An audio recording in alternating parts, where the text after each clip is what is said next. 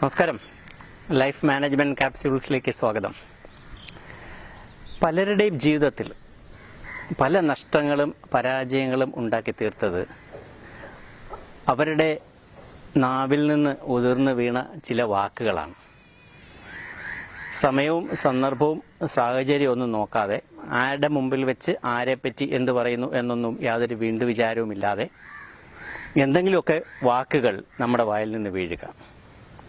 Loose talk എന്ന് ഇംഗ്ലീഷിൽ പറയാം, മലയാളത്തിൽ കൊച്ചു വർത്തമാനം എന്നൊക്കെ പറയാം. അപ്പം നമുക്ക് ജീവിതത്തിൽ വിജയം കൈവരിക്കണമെന്നുണ്ടെങ്കിൽ ഇക്കാര്യത്തിൽ വളരെ വളരെ സൂക്ഷ്മത, ശ്രദ്ധ, അവധാനത പുലർത്തേണ്ടിയിരിക്കുന്നു. പലരുടെയും ജീവിതത്തിൽ സംഭവിച്ചിട്ടുള്ള, പണ്ടൊക്കെ നമ്മുടെ മലയാളത്തിലൊരു പഴഞ്ചൊല്ലുണ്ടായിരുന്നു, ഭിത്തികൾക്ക് പോലും കാതുണ്ട്, അതുകൊണ്ട് സൂക്ഷിച്ച് വർത്തമാനം പറയണമെന്ന് പഴമക്കാർ പറയുമായിരുന്നു. അന്ന് ഈ ബ്ലൂടൂത്തോ അല്ലെങ്കിൽ വോയിസ് റെക്കോർഡറോ ക്യാമറയോ ഒന്നും ഇല്ലാത്ത കാലമാണ് എന്നോർക്കണം നമ്മുടെ പഴയ ആൾക്കാർ അത് പറഞ്ഞിട്ടുള്ളത്. ഇപ്പോൾ ഞാനീ പറഞ്ഞ എല്ലാം ഉണ്ട്. ആധുനികമായിട്ടുള്ള ഈ സാങ്കേതിക വിദ്യയുടെ വളർച്ചയോടൊപ്പം ഈ പറഞ്ഞ എല്ലാവിധ ഉപകരണങ്ങളും ലഭ്യമാണ്. ദൃശ്യവും അദൃശ്യവുമായിട്ടുള്ള ക്യാമറകളുണ്ട്, വോയിസ് റെക്കോർഡുണ്ട്, ബ്ലൂടൂത്ത് ഉണ്ട്. നമ്മൾ നിരന്തരം നിരീക്ഷിക്കപ്പെടുകയാണ് നമ്മൾ അറിയാതെ തന്നെ. നമ്മൾ സംസാരിക്കുന്നതെല്ലാം റെക്കോർഡ് ചെയ്യപ്പെടുന്നുണ്ട് നമ്മൾ അറിയാതെ തന്നെ. നമ്മൾ പറയുന്നതെല്ലാം ഷെയർ ചെയ്യപ്പെടുന്നുണ്ട് നമ്മൾ അറിയാതെ തന്നെ. ഉപഗ്രഹങ്ങൾ പോലും നിരീക്ഷിക്കുന്നുണ്ടെന്ന് വേണമെങ്കിൽ സാങ്കേതികമായിട്ട് നമുക്ക് വേണമെങ്കിൽ പറയാം. അപ്പോൾ നമ്മൾ ഇക്കാര്യത്തിൽ വളരെയധികം ശ്രദ്ധ പുലർത്തേണ്ടിയിരിക്കും. അല്ലെങ്കിൽ നമുക്ക് വളരെ മുമ്പോട്ടുള്ള പോക്ക് വളരെയധികം ബുദ്ധിമുട്ടായിരിക്കും. ഒരാളിനെ പറ്റി എന്തെങ്കിലും പറയണമെങ്കിൽ ആ വ്യക്തിയോട് നേരിട്ട് പറയാം.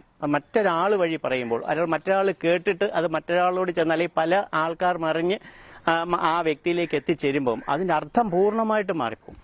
പക്ഷെ മലയാളത്തിൽ തന്നെ ഒരു വാക്ക് അതിനുപയോഗിക്കുന്ന വോയിസ് മോഡുലേഷൻ, അതിൻ്റെ വോയിസിൻ്റെ ഏറ്റക്കുറച്ചിലനുസരിച്ച് അല്ലെങ്കിൽ സമയമനുസരിച്ച്, ഏത് സാഹചര്യത്തിലാണ് നമ്മൾ അങ്ങനെ പറഞ്ഞത്, ഏത് സന്ദർഭത്തിലാണ് നമ്മൾ അന്ന് പറഞ്ഞത്, അതൊന്നും ആയിരിക്കത്തില്ല ആ വ്യക്തിയുടെ ചെവിയിൽ ചെന്ന് എത്തുക.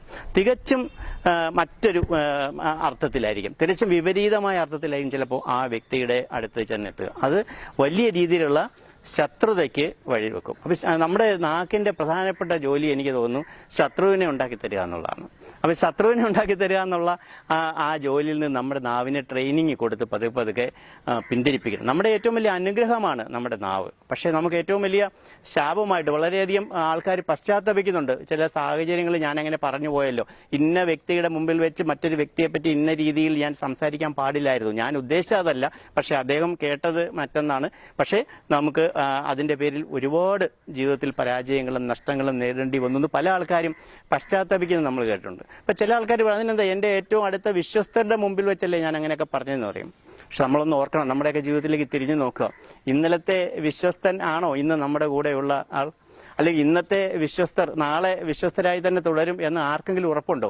പല വിശ്വസ്തന്മാരുമാണ് ജീവിതത്തിൽ പിന്നെ വലിയ ശത്രുക്കളായിട്ട് മാറുന്നത്. ഒരു ആയുധം കൊണ്ട് മുറിവേറ്റ് കഴിഞ്ഞാൽ നമുക്ക് അത് മരുന്ന് വെച്ചൊക്കെ നമുക്ക് അത് ഉണക്കാൻ കഴിയും. പക്ഷേ ഒരു വാക്ക് ഉണ്ടാക്കുന്ന മുറിവെന്ന് പറഞ്ഞാൽ ഒരിക്കലും ഉണങ്ങാനാവാത്ത മുറിവാണ് ഉണ്ടാകുന്നത്. അത് വലിയ ശത്രുതയിലേക്ക് നയിക്കുകയും ജീവിതത്തിൽ വളരെ ഏറ്റവും മോശമായ സാഹചര്യങ്ങളിലേക്ക് നമ്മളെ പിടിച്ചു വലിച്ചു കൊണ്ടുപോവുകയും ചെയ്യും. ഒരിക്കലും നമുക്ക് ആ വാക്കിനെ കൈവിട്ട വാക്ക്, ആയുധം വാവിട്ട വാക്കെന്ന് പറയുന്നത് അത് ഒരിക്കലും തിരിച്ച് എടുക്കാനായിട്ട് നമ്മളെ കൊണ്ട് സാധിക്കില്ല. അപ്പോൾ ഇക്കാര്യത്തിൽ വളരെ വളരെയധികം സൂക്ഷ്മത വേണം.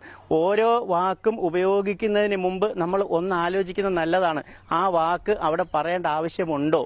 ആ കാര്യം അല്ലെങ്കിൽ ഒരു വാചകം പറയുന്നതിന് മുമ്പ് അതിന് പറ്റിയൊരു സാഹചര്യമാണോ, അതിന് പറ്റിയ സമയമാണോ, അതിന് പറ്റിയ സന്ദർഭമാണോ, അത് പറയേണ്ടതുണ്ടോ എന്നൊന്ന് ചിന്തിച്ച ശേഷം അത് പറയുന്നത് നല്ലതായിരിക്കും. അപ്പോൾ ഇക്കാര്യം ജീവിതത്തിൽ സൂക്ഷിക്കേണ്ട ഏറ്റവും മനോഹരമായിട്ടുള്ള, ഏറ്റവും ഉപയോഗപ്രദമായിട്ടുള്ള ഒരു ക്യാപ്സ്യൂളായിരിക്കും ഓരോ ആൾക്കാരുടെയും ജീവിതത്തിൽ. അതിനെക്കുറിച്ചുള്ള കമൻറ്റുകൾ അറിയാനും എനിക്ക് ആഗ്രഹമുണ്ട്.